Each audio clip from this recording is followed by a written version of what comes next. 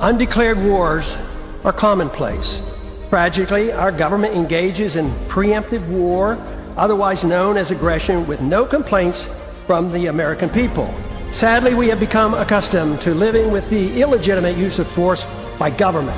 To develop a truly free society, the issue of initiating force must be understood and rejected.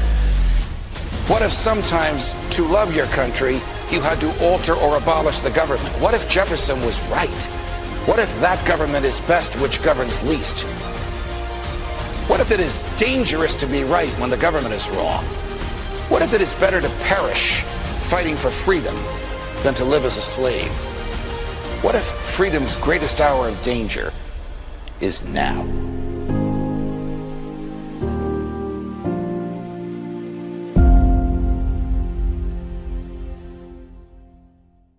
Hi, everyone. Judge Andrew Napolitano here for Judging Freedom. Today is Wednesday, February 7th, 2026.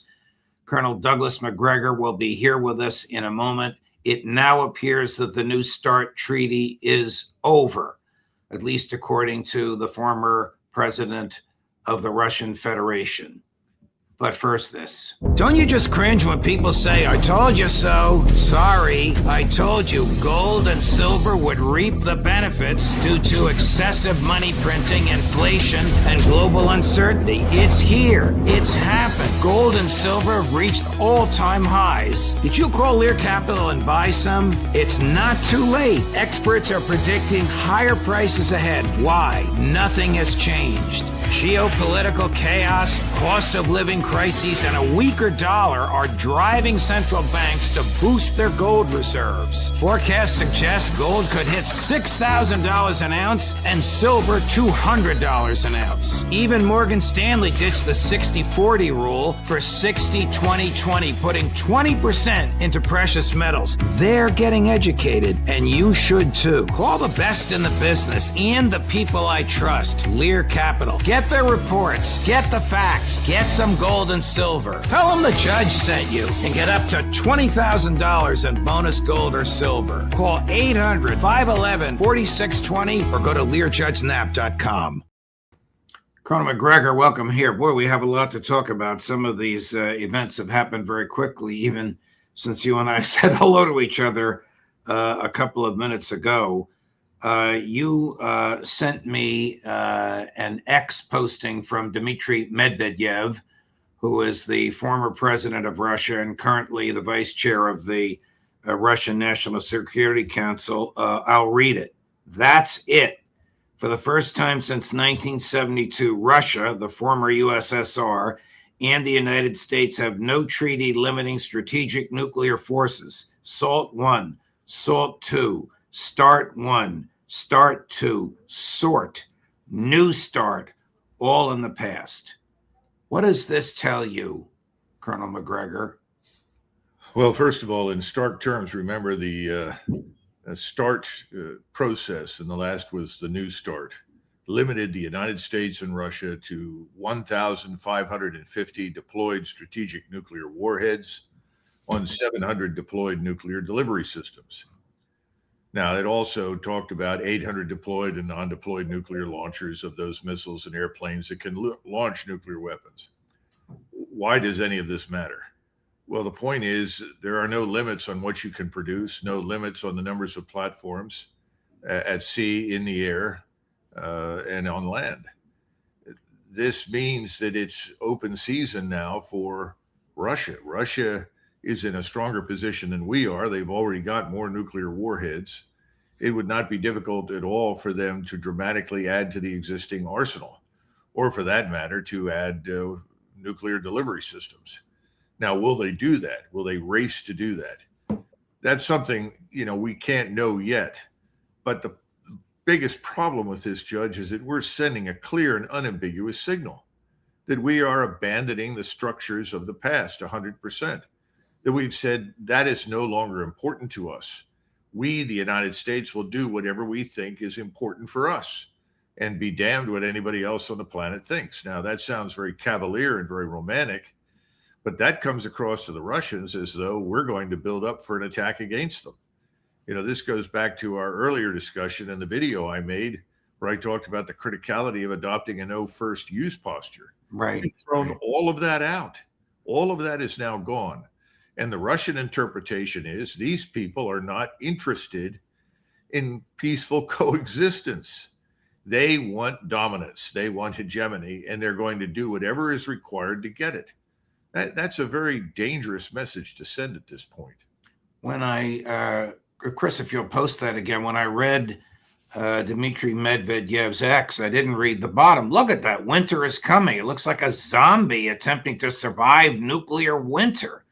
A hell of a message for them to send on the basis of our silence.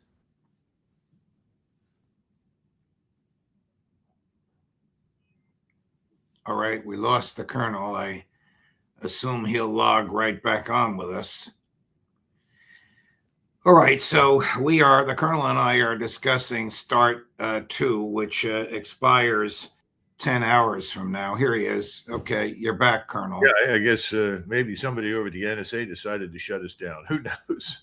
But yeah. The bottom line is that was a snapshot from the Game of Thrones, which involves a massive invasion of zombie-like creatures from the north, and they're bringing winter with them. In other words, a Holocaust of sorts. Wow. Let me play for you President Trump's response when he was told of President Putin's offer to extend the treaty. Now, the treaty ends at midnight tonight. It's 2:00 in the afternoon. Right. There are 10 hours to go, but there must have been some notification, or Mr. Medvedev would not have said that's it. Nevertheless, here's what the president said when he was told of President Putin's offer to extend this limitation of 1,500 warheads per country for another year. After February 5th, 2026, Russia is prepared to continue adhering to the central quantitative limits of the Strategic Arms Reduction Treaty for 1 year. Going forward, based on an analysis of the situation, we will make a decision if we continue adhering to these voluntary self-limitations. We believe this measure will only be viable if the United States acts in a similar manner. The president is aware of this offer extended by President Putin, and I'll let him comment on it later. I think it sounds pretty good, but he wants to make some comments on that himself, and I will let him do that. President Putin offers to keep limits on nuclear arms for 1 more year to then hopefully negotiate a new treaty. Sounds like a good idea to me. Wow. Who knows if the president knew what he was talking about, or what neocon whispered what into his ear. How dangerous is this event, this series of events that occurred today, either American silence or American rejection, followed by Russian recognition that in 10 hours that treaty is over. All limits are off. Well, again, as you pointed out, I think some message was delivered to the Kremlin, or I don't think Medvedev would have said what he did.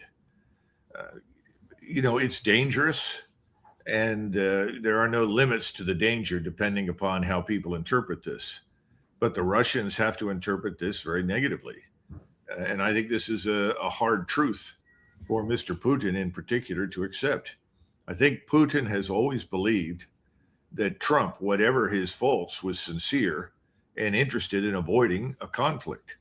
And extending the treaty was clear evidence for doing that. In other words, avoiding conflict. Well, we're not going to do it. So this completely undermines any assumptions that President Putin may have had about President Trump. When you talk to the Russians, one of the things that you get, Judge, is the view that the Europeans are the problem, that the Europeans are behind the Ukrainian war. The Europeans are sustaining it. The Americans are really good guys, and President Trump is really a good leader. I mean, this is actually popularly believed in Russia. Now, the truth is very different. Ukraine and that regime would be over tomorrow morning if we pulled the plug on it. And President Trump, despite the fact that I'd hoped he would do that early on, has failed to do that repeatedly. Now we're talking about a new start and essentially walking away from it after he reacted initially instinctively as, yes, that sounds like a good idea. I think President Trump was in receipt of information that was designed to persuade him otherwise. I think we have to understand that the White House is now neocon occupied, and we are on a path, excuse me, to confrontation in numerous places. If I were going to try to look for an analogy to figure out where the White House is at this point, I would look at a nuclear power station that's facing a meltdown, and you've got hundreds of technicians all over the installation putting out fires and trying to bring things under control. And as Trump himself mentioned just yesterday or the day before, oh, we're busy all over the world. We have things in Ukraine, we have things in Venezuela, now we're talking about Cuba, and we have difficulties in Iran. And he seemed to be very comfortable with the idea that, we've got raging fires all over the planet. I don't think any of us should be comfortable with that at all. And I don't think the fires, for the most part, are necessary. How long does it take to build a nuclear warhead? Weeks, months, years? Oh, we can construct nuclear warheads in weeks without any difficulty at all. The Russians can do the same thing. They can multiply their stockpiles very rapidly. The constraint are nuclear launch platforms. In other words, how many aircraft, ships, and various platforms do you have on land, air, and sea that can launch warheads? Now, you can add to those. That takes a little longer. But the truth is, Judge, if you look at the numbers, 1,550 warheads, 700 launching systems, that's enough to destroy the planet as it is. Oh, it makes what is to be gained by doubling or trebling that number other than boasting rights? Nothing. In fact, I would say it's worse than just boasting rights. It's an invitation to disaster. How many times do we have to be told that a small accident in a far corner of the globe could precipitate Armageddon? I mean, we've been saying this for 40, 50 years. You pick up any number of books, I've got half of them lying around me, talking about the dangers of unanticipated events that precipitate a nuclear exchange. And then we have the tactical nuclear weapon fantasy, the notion that, well, it's only a small nuke. And because it's a small nuke, the Russians will say, oh, it's a small nuke. Everybody that's looked at that in uniform has said that's absurd. If anybody uses a nuclear weapon of any size, the other side has an incentive to launch everything, to launch a first strike. Why wait around to be exterminated? It doesn't make any sense. The whole thing is on the margins of sanity. In fact, I think it's near insanity. And this is why it's so tragic and unnecessary. The best thing we could do right now, given what's happening in Ukraine, given what's going on in the Middle East, given the potential hostilities with the Chinese over various things, the best thing we could do is extend this treaty. That would send a very powerful and positive message. And my inclination is to believe that that's something that President Trump would normally do. So why isn't he doing it? Before this breaking news, I was going to ask you about negotiations between the White House and the Russians over Ukraine and whether those negotiations will spill into will the United States attack Iran, because we know that Russia does not want Iran attacked. I guess those negotiations will continue, notwithstanding President Trump's silence or whatever they sent to the Kremlin and former President Medvedev's response. But do you think that Donald Trump is listening to any arguments in the White House advising him not to attack Iran? No, I do not. In fact, if I were to characterize the negotiations revolving around the Ukraine war right now, whether those are the ones with this man Dmitry that we conduct, or the supposed talks that are scheduled between Ukraine and Russia, they're all meaningless. The Ukrainians, led by Zelensky, the Zelensky government, I don't like to call him Ukrainian because I don't think he represents the best interests of the people of Ukraine, but right now he's termed the president of Ukraine. I don't see any evidence that his particular regime is going to give an inch on anything. And the Russians have already made their positions very clear.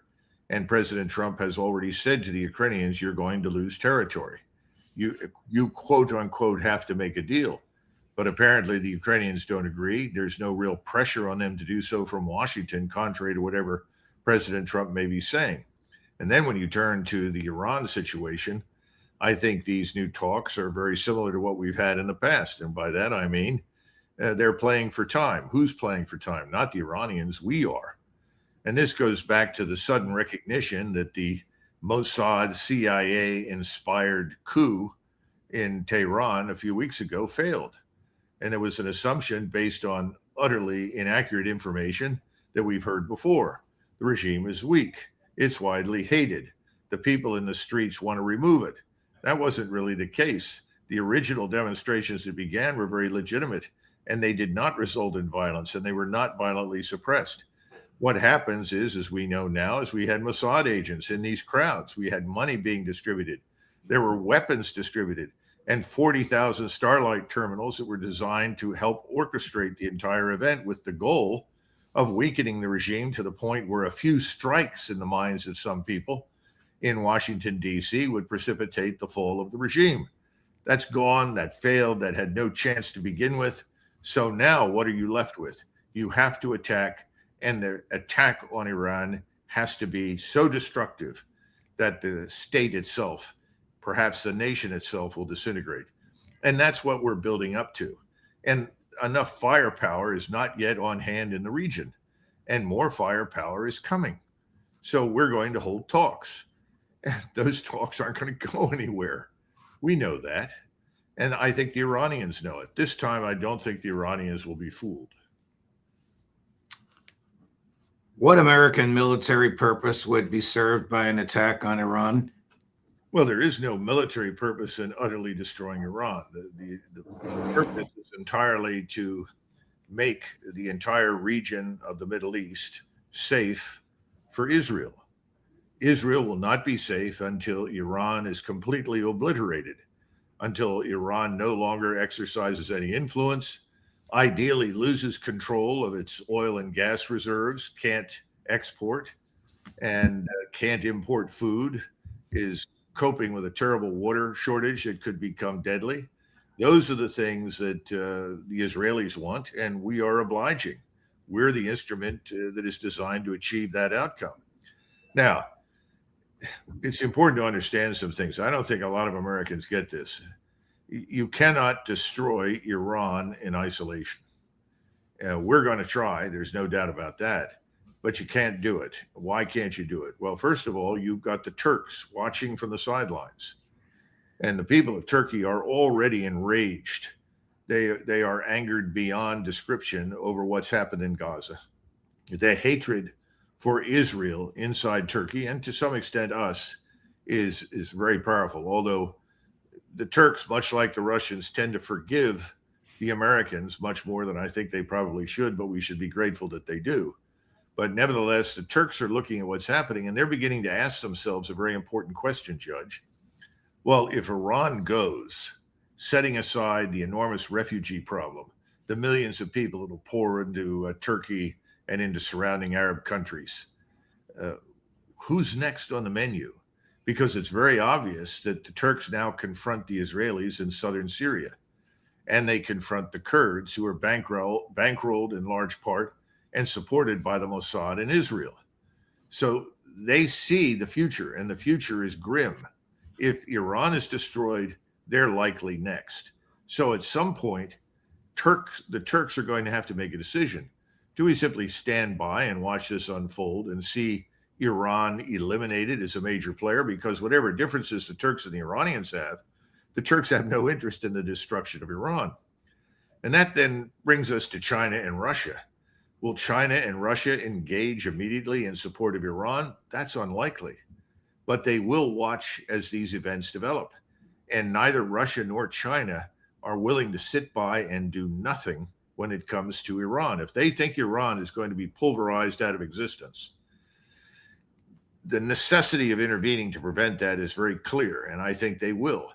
And that brings us back to Turkey, because the Turks will look to the Russians and secondarily to the Chinese as well because they'll ask if we join in because we don't want to see Iran destroyed, where will you stand? Will you stand with us? And I think it's pretty clear the Russians definitely will, and I'm sure the Chinese would do so from a distance. That's why the leader, this Ayatollah Khomeini, who leads Iran, has warned this will not be like the war in June of last year. This will be a regional war. And he's right. It will be a regional war with global implications. To President Trump, Secretary Hegseth, whoever's the Secretary of State, Marco Rubio or Steve Witkoff, do they understand this as far as you know? Do you have any intel on any of this that you can share with us? Well, I can't comment on Witkoff or Kushner or any of the other people in the White House that surround President Trump. They obviously have allegiances and loyalties, and those are to Israel. And I'm willing to believe that in their minds, they're also trying to be loyal to the United States. The problem is I don't see a close identity in terms of interests and objectives between ourselves and the Israelis, but they obviously do. I think what we need to understand once again is where are the Russians in all of this? We know what the Iranians will do. The Iranians have no incentive to exercise any restraint. So they will use whatever they have quickly and decisively. The Russians, however, don't want to do that. But it was brought to my attention something that I hadn't paid attention to. I should have. You know that 2 February was the anniversary of the fall of Stalingrad in 1943. Now, that was a turning point for the Russians because up until that point, the Russians had lost continuously to the Germans. And that was a dramatic turnaround. And at first, it looked like the entire Eastern Front would crumble. We don't have to go into all of that. It didn't. The Germans actually recovered. But Putin attended those ceremonies. And people who spend hundreds of hours studying President Putin and other senior members of the government said something that I found very interesting. They said, you know, Putin's family lived through the siege of Leningrad, which was horrific in and of itself. And he knows that. He understood all of that. He saw his parents go through that. Just as I used to watch my mother every 7 December would sit and cry for an hour or two over Pearl Harbor. My grandfather used to do the same thing on 11 November because of World War I. So Putin feels that way about what happened. And at this ceremony, he made the right kinds of remarks, but people noted that he was noticeably sullen and downcast. He was far more serious than usual. And it's not too difficult to ascertain that he's deeply depressed because he's afraid that Russia is being forced into another event, much like what they experienced during World War II. And that, of course, is something he does not want. But he may not see that Russia has much choice based on the kinds of signals that Washington is sending. And one of those is the signal that we talked about at the beginning of this hour. Wow.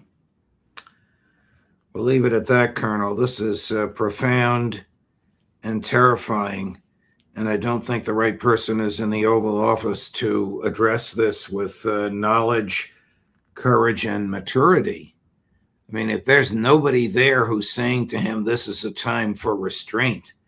If Pete Hegseth is saying, yeah, we'll win and we'll fight and we'll achieve whatever you want, and Donald Trump is listening to that, good God, we are in for a dark winter.